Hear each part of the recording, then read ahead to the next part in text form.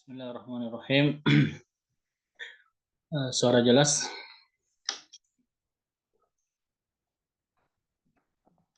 Jelas, Ustaz. Alhamdulillah. Wassalatu wassalamu ala Rasulillah wa ala alihi wa ashabihi wa man walah. Amma ba'du. Para pemirsa Markazul Inayah yang semoga dirahmati dan diampuni oleh Allah Subhanahu wa taala. Pada kesempatan ini insyaallah kita akan membahas tentang adab Islam, dan yang akan kita titik beratkan di sini adalah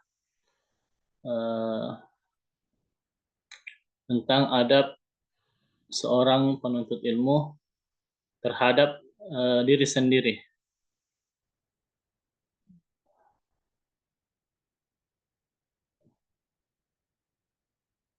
Ya, ya, Thayyib. Dan insya Allah kita akan membahas tentang adab penuntut ilmu terhadap diri sendiri ini yang bersumber dalam kitab Madkhal ila Ulum Syariah yang diterbitkan oleh Markas Nukhab Al-Ilmiyah yang diasuh oleh Syekh Profesor Dr. Abdurrahman bin Abdul Aziz Al-Aqal hafizahullahu taala, guru besar jurusan sunnah atau jurusan hadis di Fakultas Syariah Qasim University Arab Saudi. Baiklah, kita masuk pada pembahasan kita. Sebagai muqaddimah, berkata Al-Imam Sufyan Ats-Tsauri rahimahullahu taala, ma a'lam amalan afdal min talabil ilmi wa hifzihi liman arada Allah taala bihi khairan. Saya tidak mengetahui suatu amalan yang lebih utama dari menuntut ilmu dan menjaganya bagi siapa yang Allah taala inginkan kebaikan kepadanya. Jadi di antara amalan yang paling utama adalah kita belajar agama kita, belajar Islam ini, yang menuntut ilmu, menimba ilmu, dan juga menjaganya. Di antara menjaga ilmu itu ketika kita ingin mempelajarinya, apakah kita berusia yang masih muda atau yang sudah tua, yang laki-laki ataupun wanita, kita semua perlu untuk menuntut ilmu sebagai bekal kehidupan kita di dunia menuju akhirat kelak. Kemudian teman-teman sekalian, perkataan Imam Abdullah bin Mubarak ya rahimahullahu taala mengatakan, lau qila lak lam yabqa min umrika illa yawmun ma kunta sani'an qala kuntu uallimun nas. Jika Anda ditanya, wahai Imam, wahai Abdullah bin Mubarak, kalau tidak ada tersisa dari umur Anda kecuali satu hari saja, apa yang akan Anda lakukan? Ya, maka beliau menjawab, saya akan mengajarkan manusia. Saya akan mengajarkan ilmu kepada manusia. Maka teman-teman sekalian,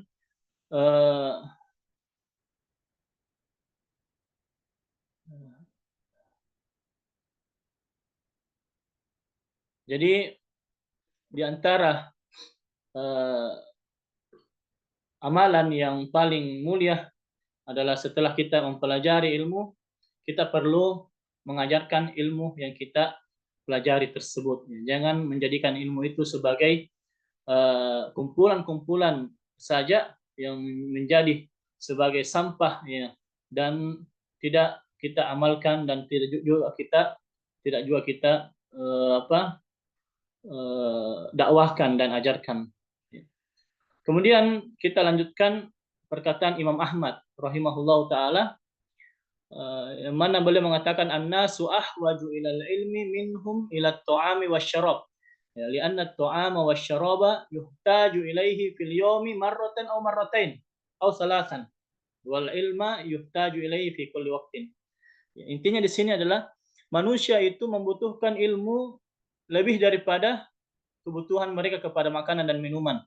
Ya, kalau makanan dan minuman dibutuhkan hanya 1 kali sehari atau 2 kali sehari atau 3 kali sehari, maka ilmu itu dibutuhkan setiap waktu. Bahkan dalam sebuah riwayat dikatakan bahwasanya ilmu itu dibutuhkan sebanyak hembusan nafas kita. Ya.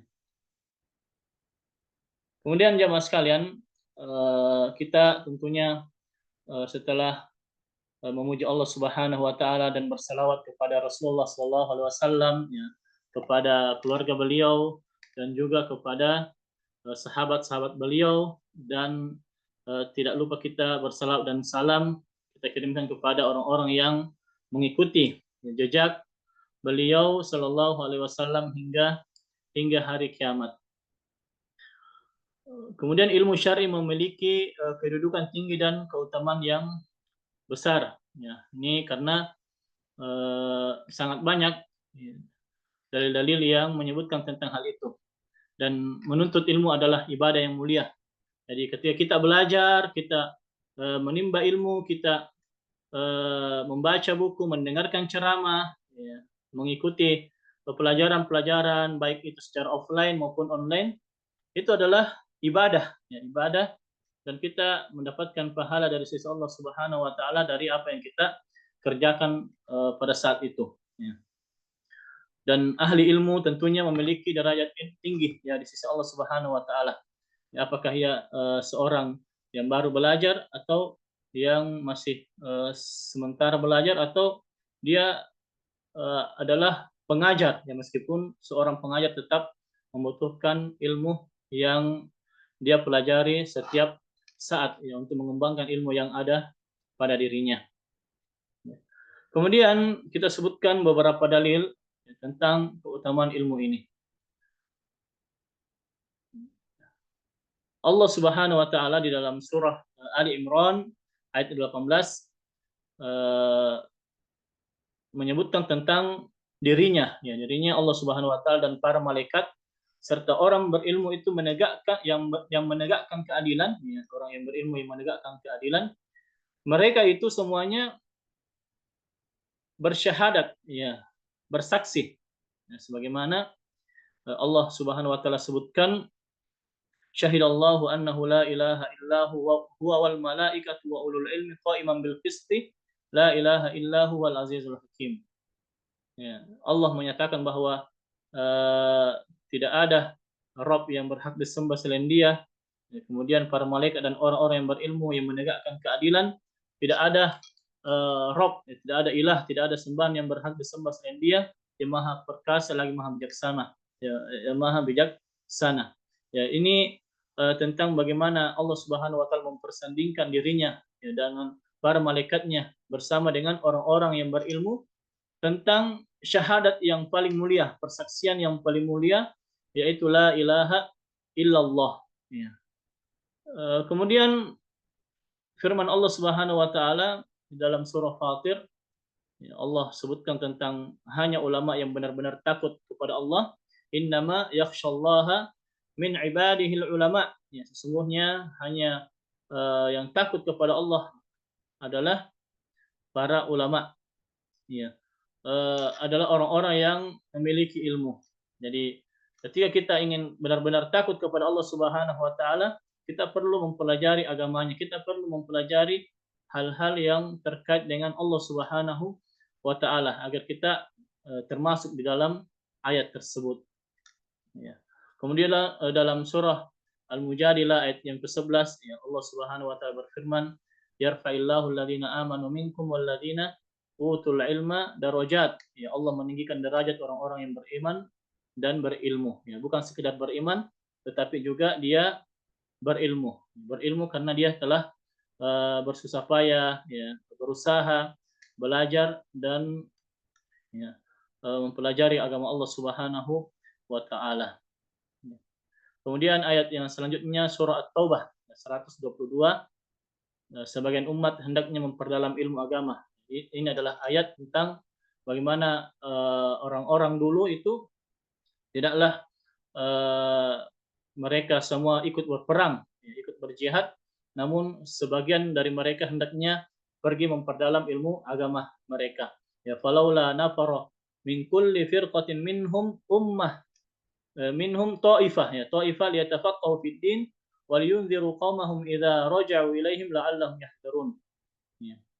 Kemudian surah Toha ya, 114, ya, Nabi Shallallahu Alaihi Wasallam diperintahkan berdoa, ya Rob tambahkanlah ilmu kepadaku.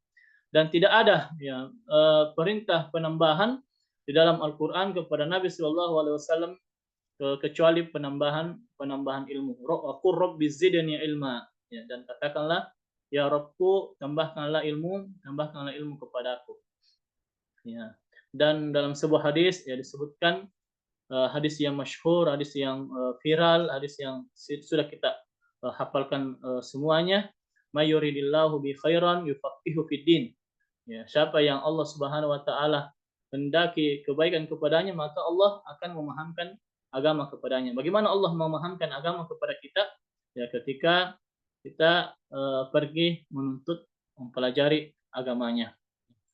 Selanjutnya kita sebutkan salah satu ucapan dari ulama, ya, Ibnu Jamaah, ya, Al-Kinani rahimahullahu taala mengatakan, "I'lam anna jami'a ma dzukira min fadlil ilmi wal ulama innama huwa fi haqqil ulama al-amilin al-abrar muttaqin alladziina qasadu bihi wajhallahil karim." Ya, sesungguhnya ketahuilah semua yang disebutkan dan keutamaan, ya, dari keutamaan ilmu dan ulama, sesungguhnya demikian itu hanya untuk para ulama yang beramal dan lagi taat kepada bertakwa kepada Allah Subhanahu wa taala, yang mengharapkan dengannya wajah Allah yang mulia, ya, kedekatan kepadanya di surga penuh kenikmatan, ya, bukan untuk mencari ilmu dengan niat buruk, suara hati yang busuk, atau tujuan dunia dan kedudukan harta dan banyaknya pengikut dan murid. Nah, ini adalah niat-niat yang seharusnya kita hindari ketika kita menuntut ilmu. Ya, bukan untuk tujuan dunia, ya, ataukah kedudukan, ya, ataukah jabatan, atau popularitas, ya, atau untuk mendapatkan harta dan untuk mendapatkan murid-murid dan pengikut-pengikut, ya, bukan. Namun kita menuntut ilmu hanya untuk lillah Subhanahu wa taala. Ya, inti daripada perkataan Ibnu Jamaah Al-Kinani ini disebutkan di sini, keutamaan ilmu hanya bagi ulama yang beramal dan bertakwa. Ulama di sini bukan berarti hanya orang-orang para ustadz, ya, para ulama, namun siapa saja yang ingin belajar agama ini bisa mendapatkan keutamaan-keutamaan tersebut.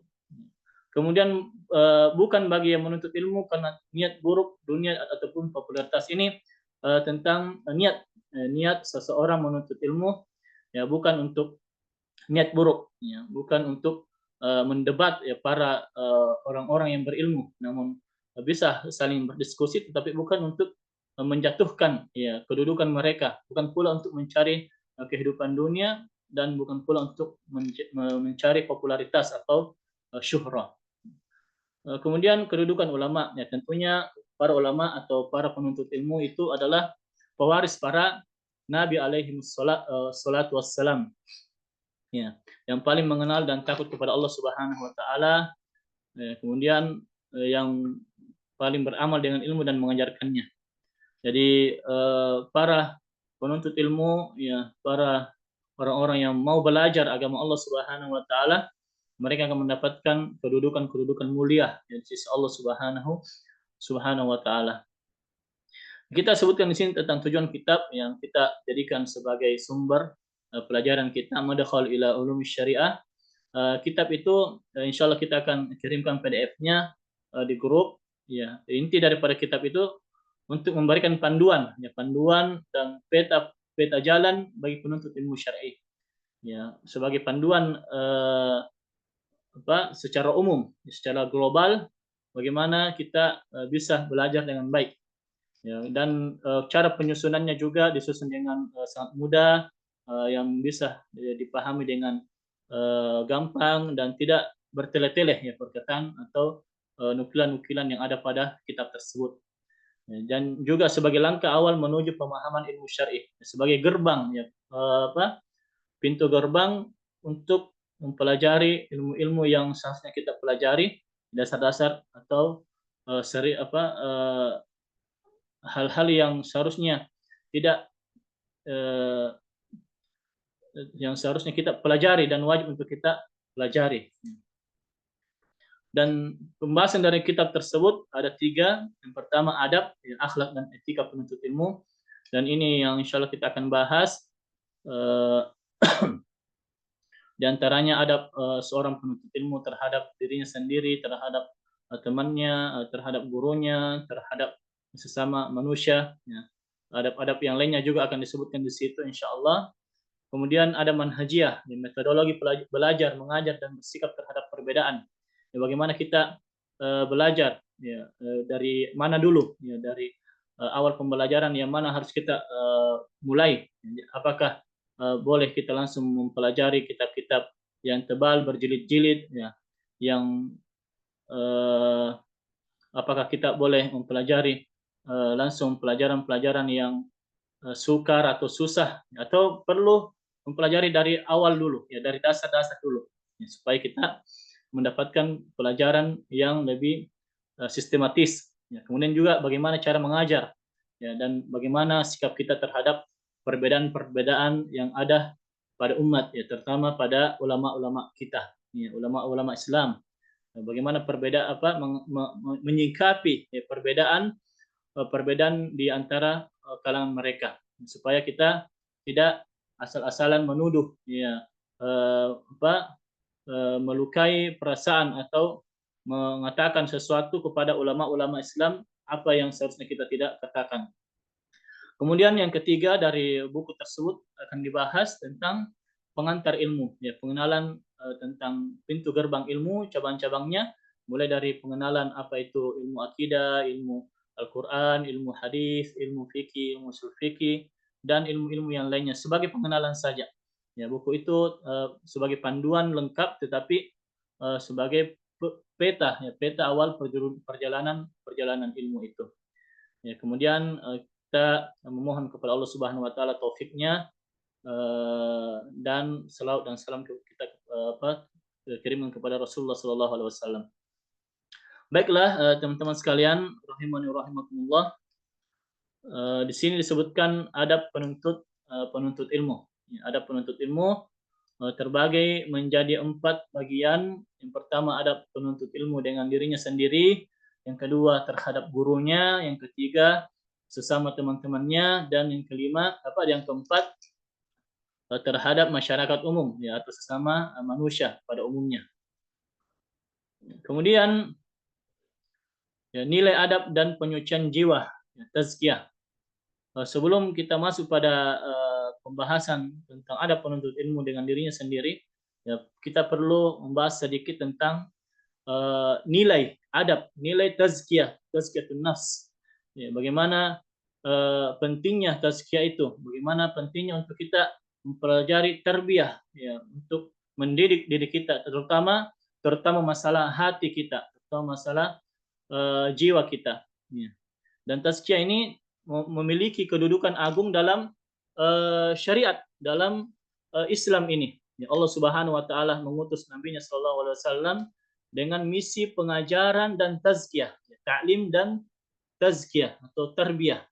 Ya, sebagaimana firman Allah Subhanahu Wa Taala dalam surah Al-Jumu'ah ayat yang kedua, huwallazi ba'atsa fil ummiyina rasulan minhum yatlu 'alaihim ayatihi wa yuzakkihim wa yu'allimuhumul kitaba wal hikmah. Ya, dialah yang mengutus kepada kaum yang buta huruf seorang rasul dari kalangan mereka sendiri, ya, membacakan ayat-ayatnya kepada mereka, ya, menyucikan mereka, ya, mentazkiyah mereka, ya, dan mengajarkan kepada mereka kitab dan hikmah.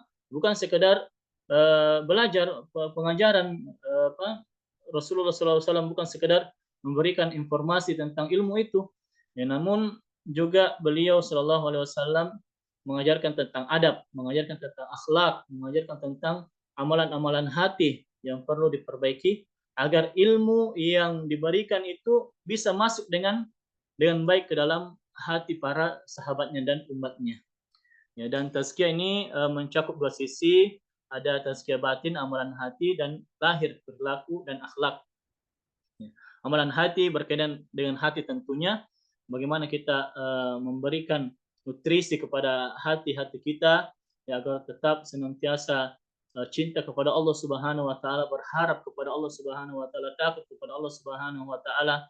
Ya, begitupun menghindarkan diri dari sikap hasad, iri hati, dendam, marah, ya, dan amalan-amalan hati yang lainnya, amalan-amalan hati yang baik kita lakukan, amalan-amalan hati yang buruk kita hindari. Begitupun dengan tazkiyah lahir. Ya, tazkiyah lahir ini berkaitan dengan anggota badan, ya, bagaimana kita beradab dan bagaimana kita berakhlak yang mulia. Dan tazkiyah ini adalah menjadi tolak ukur keberuntungan. Ya, keberuntungan bagi yang menyucikan diri. Disebutkan dalam surah Al-A'la ayat yang ke-14, ya, qad aflaha man tazakka. Sungguh beruntung orang-orang yang menyucikan diri mereka. Ya.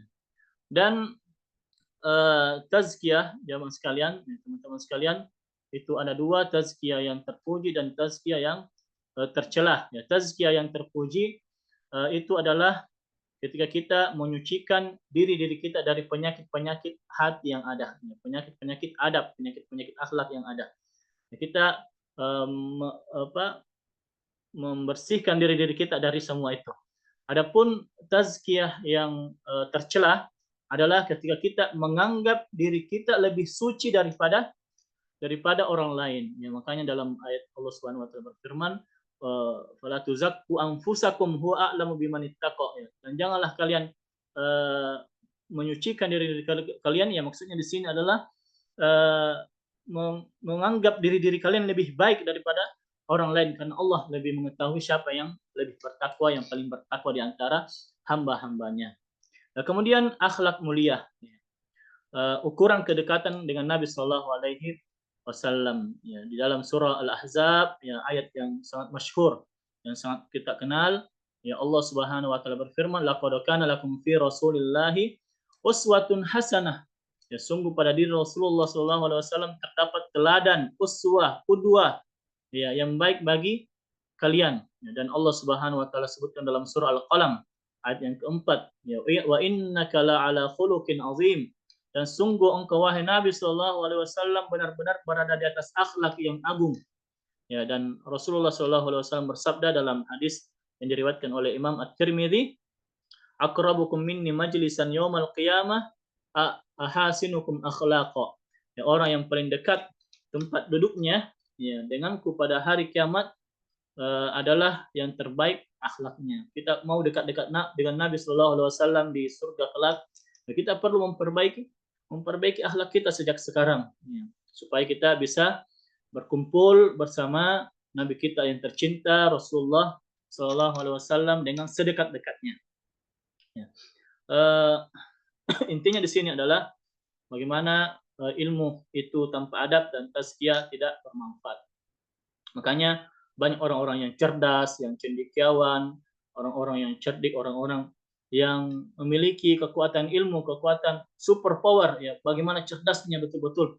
Namun ya, dia tidak memiliki adab, tidak memiliki tazkiyah, tarbiyah, ya, penyucian diri dari penyakit-penyakit yang ada, penyakit hati yang batin maupun yang lahir dari penyakit adab, penyakit akhlak, maka ilmu yang dia miliki itu tidaklah bermanfaat sama sekali, meskipun dia seorang yang cerdas. Makanya disebutkan dalam surah Al-Fatihah, ghairil maghdubi alaihim, orang-orang yang dimurkai oleh Allah Subhanahu wa taala, yang dimarahi oleh Allah Subhanahu wa taala, yaitu orang-orang Yahudi, ya, karena mereka mengetahui tetapi tidak beramal karena tidak adanya tazkiyah dan adab pada diri mereka.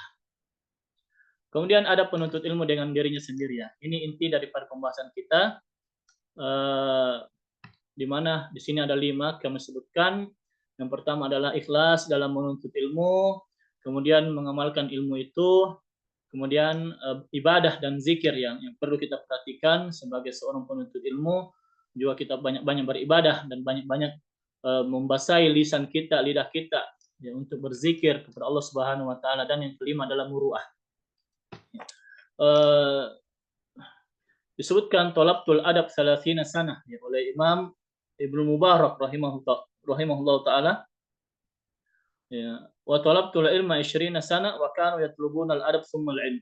Ya, aku menuntut ilmu apa? Menuntut adab. Saya belajar adab selama 30 tahun dan menuntut ilmu belajar ilmu selama 20 tahun dan mereka dahulu para salaf ya orang-orang salafus saleh sebelum beliau Ibnu Mubarak rahimahullah taala mereka menuntut adab apa? Belajar adab sebelum menuntut ilmu. Ya. Dan beliau mengatakan juga kadal adabu an yakuna sulusaiddin. Ya, hampir saja adab itu menjadi 2/3 daripada agama ini. Yang pertama ya ikhlas niat dalam menuntut ilmu. Tentang adab seorang penuntut ilmu terhadap diri mereka. Ya. Hakikat ikhlas ya, kita sebutkan hakikat ikhlas ya Allah Subhanahu wa taala melihat hati dan amalan kita dan dan tidak melihat kepada rupa, ya, wajah dan jasad kita. Ya, bagaimanapun kinclongnya atau beningnya atau sudah selalu dipakaikan skincare atau bagaimana ya kecantikan atau ketampanan ya atau pakaian kita ya, bersihnya dan seterusnya Allah Subhanahu wa taala tidak memandang itu. Ya, meskipun juga penting untuk kita menggunakan pakaian-pakaian bersih dan seterusnya untuk menghadap Allah Subhanahu wa taala, namun bukan itu intinya. Intinya adalah Allah Subhanahu wa taala melihat hati kita dan amalan kita. Innallaha la yanzuru ila ajsadikum wala ila suwarikum walakin yanzuru ila qulubikum. Ya, Allah Subhanahu wa taala tidaklah melihat kepada jasad-jasad kita dan tidak pula kepada rupa-rupa kita, tetapi Allah Subhanahu wa taala melihat kepada hati-hati kita. Ya, kemudian ikhlas, ruh ibadah, syarat diterimanya amalan. Ya, tidak diragukan lagi bahwa ikhlas itu adalah ruh ibadah. Ya. Tidak diragukan bahwa pusat amalan hati dan intinya adalah ikhlas kepada Allah Subhanahu wa taala dalam segala perkara, ya termasuk dalam menuntut ilmu. Oleh karena itu, ikhlas dalam menuntut ilmu merupakan hal paling agung, paling penting yang harus dimiliki oleh penuntut ilmu. Ya, ikhlas adalah rahasia antara seorang hamba dan Rabb-nya. Ya. Ia merupakan ruh ya setiap ibadah, fondasi setiap amalan soleh, dengannya amalan diterima dan tanpanya amalan ditolak. Jadi di antara syarat diterimanya amalan yaitu ikhlas kepada Allah Subhanahu wa taala. Bagaimanapun bagusnya amalan kita, bagaimanapun sesuainya dengan petunjuk Nabi Shallallahu alaihi wasallam, bagaimanapun banyaknya yang kita kerjakan dari amalan-amalan, kualitasnya yang paling bagus, namun tidak ikhlas karena Allah Subhanahu wa taala, maka amalan yang kita lakukan itu tertolak, ya, ditolak oleh Allah Subhanahu wa taala, tidak berpahala dan bahkan menjadikan salah satu jurang kebinasaan. Ya. Kemudian ilmu adalah ibadah, wajib dilakukan dengan niat karena Allah Subhanahu wa taala ya. Karena ilmu yang kita tuntut, yang kita pelajari adalah ibadah, maka perlu untuk kita benar-benar ya ikhlas karena Allah Subhanahu wa taala. Yang menuntut ilmu adalah ibadah ketika kita mendengarkannya, menulisnya, menerimanya, menghafalnya, mempelajarinya, menghadirinya, ya dan seterusnya, maka kita perlu ikhlas karena Allah Subhanahu wa taala. Ya, Allah Subhanahu wa taala berfirman atau di dalam sebuah hadis qudsi ya disebutkan ana aghna syuraka anisyirki man amila amalan asyraka fihi ma ya ghairi taraktuhu wa syirkahu. Ya aku adalah zat yang paling tidak membutuhkan sekutu. Ya, barang siapa melakukan satu amalan mempersekutukanku dengan selainku maka aku tinggalkan dia dan persekutuannya. Kemudian sesungguhnya amalan itu tergantung pada niatnya. Innamal a'malu binniyat. Ya. Adapun selanjutnya ini jamaah sekalian, teman-teman sekalian karena waktu yang membatasi kita, ya insya Allah kita akan bahas pada pertemuan selanjutnya. Ya. Kita sampai pada hakikat ikhlas dan insya Allah kita akan bahas pada pertemuan selanjutnya dan insya Allah akan ada jadwal dikirim di grup. Ya. Dan insya Allah kita akan kirim materi kita ini di grup juga. Ya. Mungkin ada pertanyaan yang ingin disampaikan. Kita bisa share mungkin di grup saja. Dan untuk pertemuan Zoom ini kita sampai di sini saja. Jazakumullah khairan atas perhatiannya dan Insyaallah pada hari Kamis akan ada lagi kajian fikih Syafi'i yang akan dibawakan oleh Ustadz Abdullah Azam Bisri LC, ya, kandidat magister Universitas Islam Madinah, ya. Ini mungkin dari kami jamaah sekalian, jazakumullah khairan atas perhatian, mohon maaf atas berbagai kesalahan dan kekhilafan. Kita tutup dengan doa kafaratul majlis, ya, subhanakallahumma bihamdik asyhadu an la ilaha illa anta astaghfiruka wa atubu ilaik. Wassalamualaikum warahmatullahi wabarakatuh.